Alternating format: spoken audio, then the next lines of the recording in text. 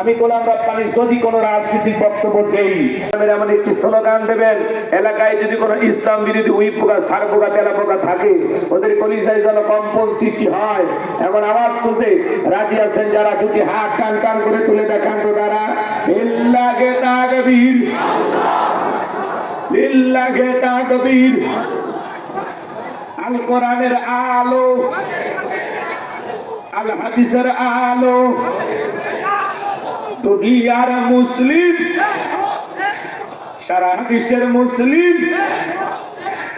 আমার নেতা তোমার নেতা, আমার নেতা তোমার নেতা। লিল্লাহি তাকবীর। আল কোরআনের আলো, আল হাদিসের আলো, দুর্নীতির আলো।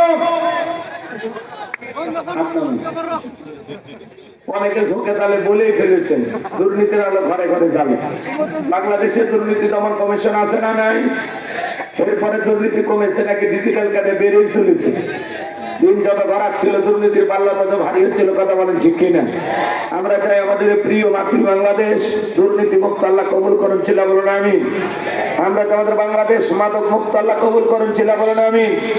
আমরা চাই আমাদের বাংলাদেশ যৌতুক মুক্ত আল্লাহ কবুল করুন, ছিল বলুন আমিন। সম্মানিত ভাইরা আমার, ভূমিকা লম্বা কথা নয়, সরাসরি মূল আলোচনায় প্রবেশ করতে চাই। তারপরে দু একটি কথা না বললে নয়।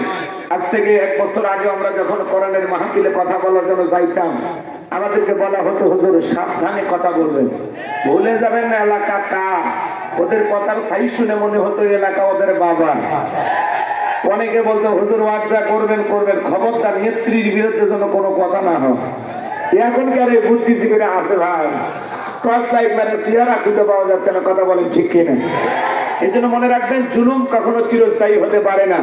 জালেমদের শেষ পরিণতি হলো পরাজয়, আর মাজলুমদের শেষ পরিণতি হলো বিজয়।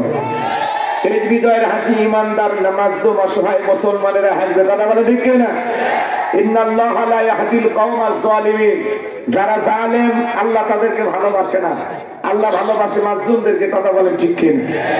আমার ভাইয়েরা, আমরা যখন কোরআনের মাহফিলে কথা বলার জন্য আসি, আমাদেরকে বলা হয় হুজুর ওয়াজা করবেন করবেন, খবরদার রাজনীতির কোনো কথা বলবেন না।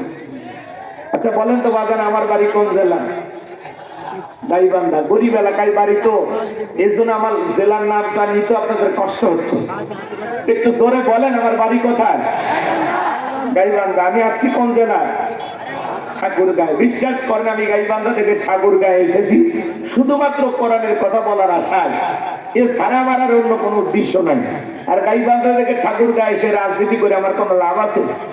আগামী নির্বাচনে এলাকার মহিলা মেম্বার পদে দাঁড়ানোর কোনো চান্স আছে? তবে আমি কেন এখানে রাজনীতি করি? যদি করাই লাগে নিজের জেলা গাইবান্ধায় করবো। কথা বলেন ঠিক কিনা? এখানে আপনার টেনশন মুক্ত থাকবেন। আমি আপনাদের কথার সাথে একমত। আমি বাংলাদেশের রাজনীতি কোনো দলের বক্তা না, আমি রাজনীতিক কোনো বক্তব্য দেব না। I will not say political work because I am not a leader of any political party. কারণ এখানে সব দলের লোক আছে না নাই? এখানে বসে আছেন বিএনপি, আওয়ামী লীগ, জাতীয়বাদী জামাত ইসলাম, জাসদ, বাসদ, চরনা, আরশে, জামলিগ, ফুরফুরা, হাফেজুর ওলামা জামাত, তাবলীগ, পাবলিক, ওলামা লীগ, গণতন্ত্র, গণফোরাম, সমাজ, বিপ্লবতারা, এলজিবি, মিডিয়াম, নাগরিক শক্তি, পিপল সোসাইটি, 4 দল, 14 দল, 8 দল, 19 দল, 20 দল, হেফাজত, বিএনপি, বাংলাদেশ কংগ্রেস পর্যন্তই থাক। আবার ভিপিনুরের আছে গণ অধিকার পরিষদ। কয়েকদিন আগে একটা ছেলে দলের নিবন্ধনের জন্য জীবন ছেড়ে দিল, যার নাম হলো আরে জনাব তারেক, অনেকে তো আম তারেক। যাই হোক, ওনার নাম হলো জনাব তারেক, আর দলের নাম হলো আম জনতার পার্টি। দলের নিবন্ধনের জন্য অনশনে বসছিল না? ভুলে গেছেন আপনারা? এত তাড়াতাড়ি স্মৃতিশক্তি ভুলে যায় সব। এরপরে জুলাই যারা নেতৃত্ব দিল সামনে থেকে, হাসনাত আব্দুল্লাহ, সার্জিস আলম, এরা একটা দল করছে। ওরা চিন্তা করলো এত নেতৃত্ব দিলাম, সামনে ভবিষ্যতে নেতৃত্ব দেওয়া দরকার। এই জন্য ওরা সুযোগ বুঝে একটা দল খুলে বসে গেছে, নাম দিয়েছে এনসিপি। এদের মার্কা হলো শাপলার কলি। ওরা বলতেছে একদিন এই কলি ফুল হয়ে ফুটবে। এত দলীয় লোক এখানে, আমি কি বোকা দলীয় আলোচনা করব? কথা কেন? এই দিক থেকে যদি একটা দল হলো গুতা মারে, ওই দিক থেকে আর একটা দল হলো থানায় টেলিফোন করে, আমি হুজুর অবস্থা ভালো না খারাপ। অতএব আজকের মাহফিলে বাংলাদেশের রাজনীতি নিয়ে কোনো আলোচনা করা হবে? বলেন, বাংলাদেশের রাজনীতি নিয়ে কোনো আলোচনা করা হবে না। তবে হ্যাঁ, আমি গোলাম রব্বানী যদি কোন রাজনীতির বক্তব্য দেই, এই পৃথিবীর শ্রেষ্ঠ রাজনীতিবিদ, শ্রেষ্ঠ রাষ্ট্রনায়ক, শ্রেষ্ঠ রাষ্ট্রপতি, শ্রেষ্ঠ সেনাপতি, শ্রেষ্ঠ বৈজ্ঞানিক, শ্রেষ্ঠ দার্শনিক, শ্রেষ্ঠ বাবা, শ্রেষ্ঠ নানা, শ্রেষ্ঠ স্বামী, শ্রেষ্ঠ আদর্শ, শ্রেষ্ঠ মহামানব রহমাতুল আলামিনের মদিনার আদর্শের রাজনীতির কথা বলবো। আমি যদি কোন রাজনীতির বক্তব্য দেই, খলিফাতুল মুসলিমিন আমিরুল মুমিনিন হযরত ওমর ফারুকের কথা বলবো, যে ওমর ফারুক আল্লাহর জমিনে আল্লাহর আইনকে প্রতিষ্ঠিত করার জন্য নিজের কলিজার টুকরা ছেলেকে পর্যন্ত ছাড় দেয় নাই। কথা বলেন ঠিক কিনা?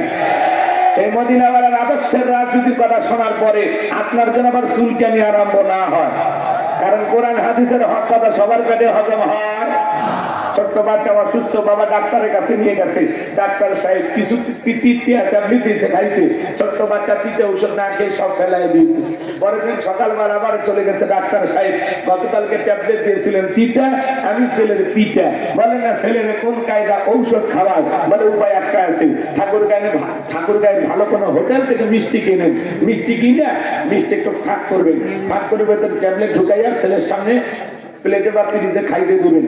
আশা করা যায় মিষ্টি খাওয়া হবে, ট্যাবলেটের ভিতরে চলে যাবে, আপনার সন্তানটা সুস্থতা লাভ করবে। ডাক্তার এমন কৌশল বাবার কাছে চমৎকার মনে হলো।